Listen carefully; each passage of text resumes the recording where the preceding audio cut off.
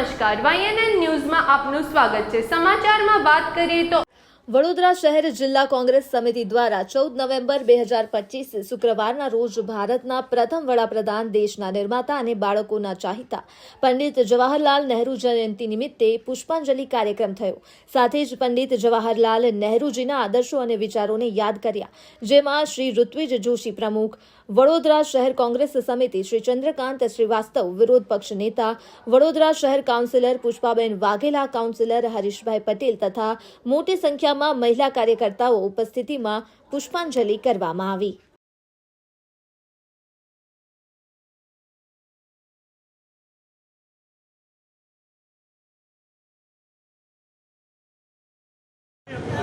આજે દેશના પ્રથમ પ્રધાનમંત્રી જવાહરલાલ નહેરુની જન્મજયંતિ છે, ત્યારે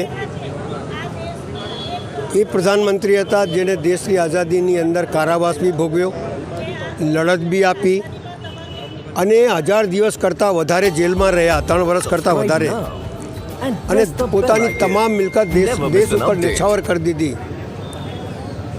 એ પ્રધાનમંત્રીની જ્યારે જન્મજયંતિ હોય ત્યારે આપણે એટલું યાદ રાખવું જોઈએ કે ક્રિટિસાઇઝ તો ગમે તે માણસને કરી શકો છો તમે, પણ એને શું આ દેશ માટે આપ્યું એ જોવાની જરૂર છે। મારું માનવું છે કે દેશની પ્રગતિની શરૂઆત જો કોઈએ કરી હોય તો એ જવાહરલાલ નહેરુ હતા। ભાંકરા નંગલ ડેમ બનાવ્યું, પંચવર્ષીય યોજના લાયા, યુવાનોને કઈ રીતે ઉત્થાન કરવું એના માટે એના જુદી જુદી સંસ્થાઓ ખોલી। સવાલ એ છે કે આજના દિવસોમાં આટલા મોટા મહાન નેતાનું પણ ક્રિટિસાઇઝ કરતા ચૂકતા નથી। તો આઝાદીની લડાઈની અંદર તમારા પૂર્વજો કોઈ જગ્યાએ જોડાયા હતા? સવાલ જ્યારે ઇતિહાસ વાંચવાનું આવે ત્યારે આ દેશનું જ્યારે બી ઇતિહાસ વાંચશે કોઈ, તો સૌથી પહેલાં પંડિત જવાહરલાલ નહેરુ આ દેશના વડાપ્રધાન હતા એ વાંચવું જ પડશે અને એના કરેલા કાર્યોને બી જોવા પડશે। મારું માનવું છે કે કોંગ્રેસના તમામ કાર્યકર્તાઓએ, તમામ આગેવાનોએ આ દેશનો પ્રથમ પ્રધાનમંત્રી આ દેશને શું આપીને ગયા છે, શું થોટ હતી, શું વિચારધારા હતી, કઈ રીતે દેશ આગળ વધે એ એમની થોટ અને વિચારધારા હતી।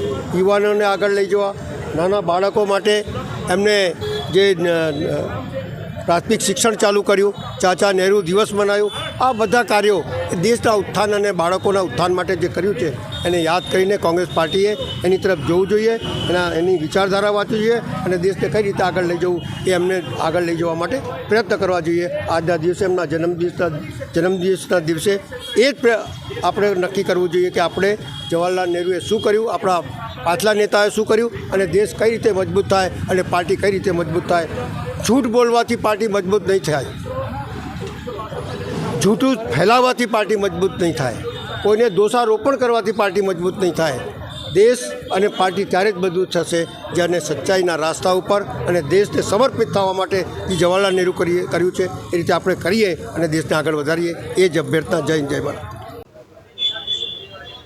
आज़ाद देश के फर्स्ट प्राइम मिनिस्टर, प्रधानमंत्री स्वर्गीय पंडित जवाहरलाल नेहरू जी की आज जन्म जयंती के अवसर पर कांग्रेस परिवार द्वारा यहाँ पे नेहरू भवन पे हमने पुष्पांजलि का कार्यक्रम किया है। पंडित जवाहरलाल नेहरू के आज पूरे देश में, पूरे विश्व में भी याद करते हैं, क्योंकि उनके द्वारा किए गए कार्य IIT, IIM, एम्स, इसरो, ये जितनी भी बड़ी बड़ी संस्थाएं, शैक्षणिक संस्थाएं, IIT खड़गपुर हो, कानपुर हो, मुंबई हो, 1951 में स्थापना की, 1956 में एम्स की स्थापना हुई, तबीबी क्षेत्र को लेके, वैज्ञानिक क्षेत्र को लेके आगे बढ़ाने का काम किया। 1958 में DRDO की स्थापना हुई, देश के सैन्य बल को मजबूती मिली। 1962 में इसरो की स्थापना हुई और ऐसे नामी अनामी बहुत काम हम लोग कल्पना भी नहीं कर सकते कि देश की आज़ादी के समय पे इस देश में एक सुई नहीं बनती थी, उस समय में पंडित जवाहरलाल नेहरू ने धुरा संभाली। देश की आज़ादी के पहले मोतीलाल नेहरू ने महात्मा गांधी के चरणों में पूरे भारत देश के लिए, आज़ादी के लिए उनकी तमाम संपत्ति गांधी जी को सौंप दी देश की आज़ादी के लिए।